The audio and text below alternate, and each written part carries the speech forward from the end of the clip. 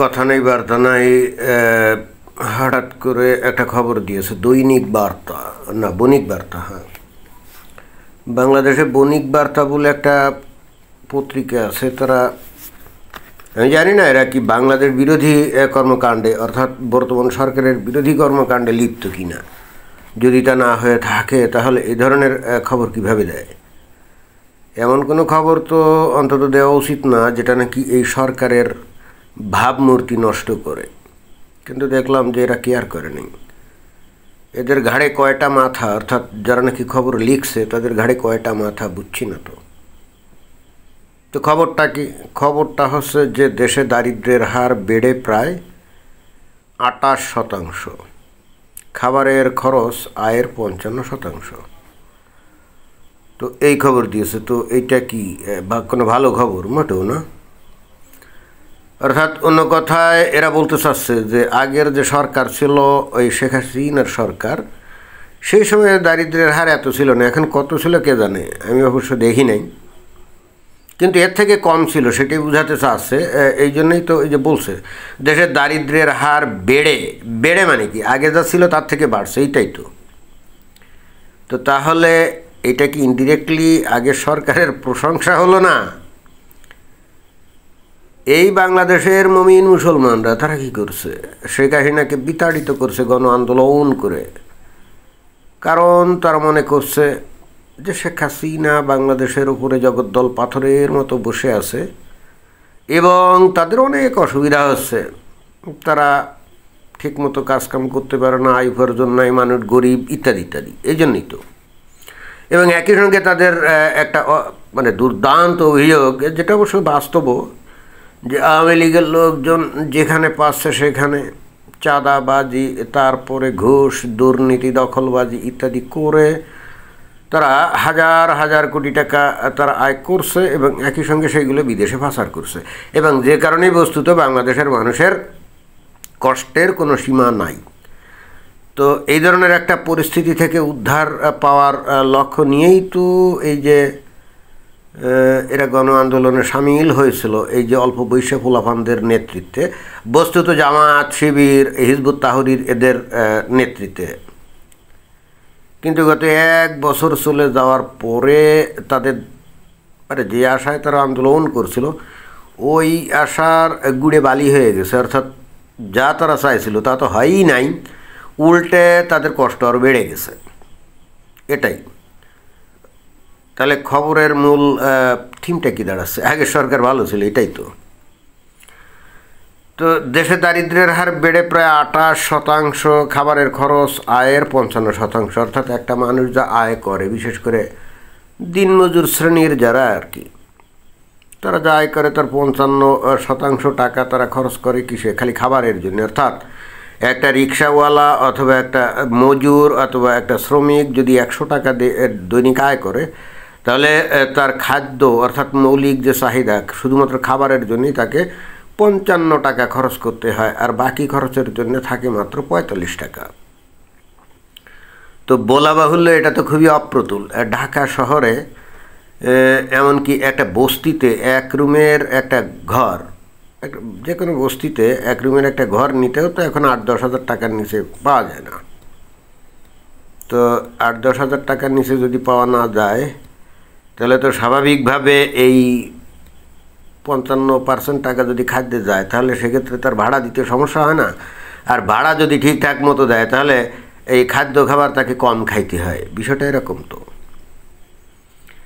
তো এখন কথা হচ্ছে যে মুমিন মুসলমানরা তো তাতেও তাদের কোনো সমস্যা হচ্ছে তা তো দেখা যায় না। বাংলাদেশে এই অন্তর্বর্তীকালীন সরকারের বিরুদ্ধে কেউ তো আন্দোলন কেউ করছে তা তো মনে হয় না।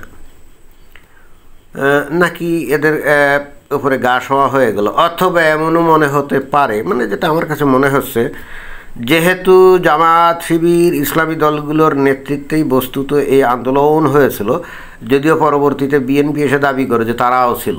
এখন তারা কীভাবে ছিল কে জানে, সেটা তারা প্রমাণ করবে। বাট আমরা কিন্তু দেখছি যে এখানে বিএনপির নেতা বা কর্মীদের অংশগ্রহণটা একেবারে লাস্টের দিকে ছিল, যখন তারা টের পেল যে এই আন্দোলন সফল হতে যাচ্ছে। তো তাই যদি হয় তাহলে এই আন্দোলনের সাফল্যের দাবিদার তো তারা থাকবে না যদি তারা আন্দোলনে না থাকে। তো এই জন্য একেবারে লাস্টের দিকে আসছিল, তারা আসলে সমর্থন দিছিল আর কি, যেটা আমরা দেখি। বাট মূল নেতৃত্ব, মূল চালিকা শক্তি, মূল যে মেটিকুলাসলি ডিজাইন, এগুলো করেছিল জামাত শিবির, যারা নাকি বাংলাদেশে ইসলামী আইন কায়েম করতে চায়। বাংলাদেশের আপামর জনগোষ্ঠী তো এখন এটা জানে, এবং সেই কারণেই কি না কে জানে, আমরা যেটা দেখতে পাচ্ছি যে বাংলাদেশে আস্তে আস্তে বিভিন্ন জায়গায় স্থানীয়ভাবে ইসলামী বিধিবিধান কিন্তু চালু হয়ে গেছে। এবং আশা করা যাচ্ছে জামায়াত ইসলামের যে কর্মকাণ্ড, তাদের যে নেতাকর্মীদের বডি ল্যাঙ্গুয়েজ, সেটা দেখে যেটা মনে হয়, মিডিয়াতে যেগুলো দেখা যায়, যে আগামীতে তারাই ক্ষমতায় আসছে।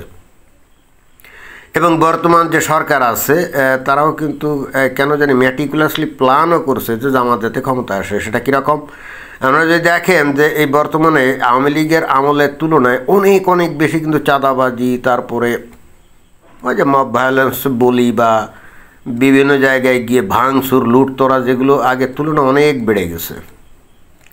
এবং এইটার এগেনস্টে বর্তমান সরকার কোনো পদক্ষেপ নিচ্ছে না। নিবৃত্ত করার ন্যূনতম কোনো চেষ্টা কোথাও করা হয়েছে সেটা আমরা দেখিনি। এইটার অর্থ কী? এইটার অর্থ কি এই যে বিএনপির লোকজনদেরকে এই সরকার খুব ভালোবাসে? একেবারেই না। আসলে বিএনপির লোকজনদেরকে এই সুযোগগুলো দিয়েছে যাতে করে জনমানুষের মধ্যে বিএনপি সম্পর্কে জানি খুবই নেতিবাচক একটা ধ্যান ধারণা তৈরি হয় যে এরা তো লুটেরার দল, এরা যদি ক্ষমতায় যায় তাহলে তো দেশকে তো ওই আওয়ামী লীগ, মানে আওয়ামী লীগের আমলে যেটা লুটপাট করা হয়েছে তার থেকে অনেক বেশি লুটপাট করা হবে।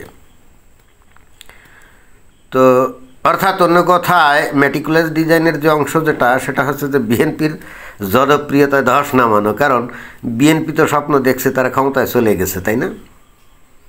কিন্তু বাংলাদেশে যে মেটিকুলাস ডিজাইন যেটা হচ্ছে সেটা হলো ওই জামাত ইসলাম যাতে ক্ষমতায় যায়, ইসলামপন্থীরা যাতে ক্ষমতায় যায়, বিষয়টা আসলে অনেকটা সেরকম। তো এখন যেহেতু বাংলাদেশের মানুষও কিন্তু আস্তে আস্তে সেটা টের পাচ্ছে, বিষয়টা যে আসলে টের পাচ্ছে না তা না, তারা টের পাচ্ছে। এবং সেই হেতু তারা হয়তো এরকম মনে করতে পারে যে শোকে কোনো সমস্যা নাই, মুখ দিয়েছেন যিনি, হার দিবেন তিনি। আর দরিদ্র যদি হয় সেটা তো ভালো লক্ষণ, কারণ হাদিসে নবী বলছেন যারা নাকি দরিদ্র তারা নাকি বেহেশতে ওই ধনী লোকদের চাইতে 500 বছর আগে যাবে। তো সেই হেতু বাংলাদেশের মানুষের তো ওই ধনী হওয়ার তো দরকার নেই, অর্থনৈতিক উন্নতির তো দরকার নেই। যেহেতু বাংলাদেশে ওই আফগানিস্তানের মতো ইসলামী শাসন প্রতিষ্ঠিত হতে যাচ্ছে, তাহলে সেই অনুযায়ী তো বাংলাদেশের পরিস্থিতি চেঞ্জ হচ্ছে, অর্থনৈতিক পরিস্থিতি। অর্থাৎ অন্য কথায় বাংলাদেশের মানুষের অর্থনৈতিক অবস্থা যদি ভালো হয় তাহলে এরা আস্তে আস্তে কিন্তু যে ভোগ বিলাসের দিকে ধাবিত হবে, ইসলাম থেকে দূরে সরে যাবে। ওই জন্য পরিস্থিতি উল্টো হচ্ছে। যেহেতু বাংলাদেশে ইসলামী শাসনের দিকে যাচ্ছে, অর্থাৎ মানুষের অবস্থা দরিদ্র থেকে দরিদ্রতর হচ্ছে, যাতে করে বেশি আরও আল্লাহ বিল্লাহ করতে পারে, এবং যাতে করে ওই কিয়ামতের মাঠে তারা যেন অল্প কিছু বিচারের মধ্য দিয়ে ধনী লোকের চাইতে 500 বছর আগে বেহেশতে যাইতে পারে। আমার কাছে এরকমই মনে হয়। এইটা কেন যে বণিক বার্তা খবর দিল এটা বুঝছি না। এরা একই সঙ্গে কয়েকটা জিনিস প্রমাণ করলো যে এরাই বর্তমান সরকারের আসলে ভাবমূর্তি নষ্ট করতে চায়। জামায়াত ইসলাম যাতে ক্ষমতায় না আসতে পারে তার একটা প্রোপাগান্ডা হতে পারে। আর নাম্বার 3 যেটা, এরা বাংলাদেশের মানুষ বেহেশতে গিয়ে 72 হুরের সাথে অনন্তকাল যৌনকেলির মতো মাস্তি করুক, এইটা এরা চাচ্ছে না। যদি চাইতো তাহলে এই খবরটাকে তারা নেতিবাচক অর্থে না দিয়ে তারা ইতিবাচক অর্থেই দিত, বলতে পারতো যে হ্যাঁ বাংলাদেশ এখন প্রকৃতই ইসলামী শাসনের দিকে ধাবিত হচ্ছে এবং বাংলাদেশের মানুষ নিশ্চিতভাবেই কিয়ামতের মাঠে আল্লাহ কর্তৃক পুরস্কৃত হবে এবং বেহেশতে যাবে। বিষয়টা এরকম হওয়ার কথা না, সেটা তো হয় নাই। তো এটাই ছিল বক্তব্য। ধন্যবাদ।